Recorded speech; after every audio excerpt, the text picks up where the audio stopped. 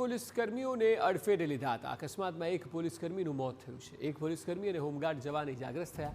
Shamlaji police વાહન પૂર ઝડપે ચલાવતા સર્જાયો અકસ્માત। પોલીસકર્મીઓ રોડ નજીક ઊભા હતા ત્યારે આ ઘટના બની।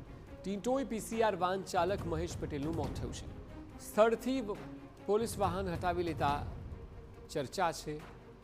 અકસ્માત સર્જનાર પોલીસ વાહનને સાફ કરી દેવાઈ હોવાની પણ આશંકા છે। વધુ માહિતી આપી રહ્યા છે સંવાદદાતા અવનીશ ગોસ્વામી। અવનીશ, આખા મામલાને લઈને શું વિગતો મળી રહી છે?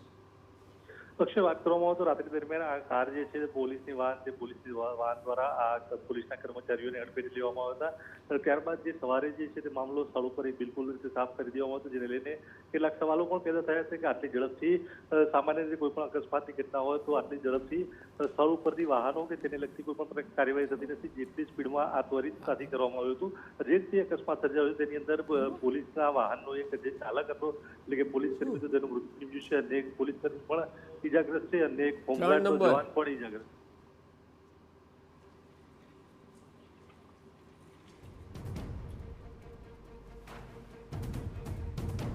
જી બિલકુલ અવનીશ, આભાર સમગ્ર માહિતી બદલ।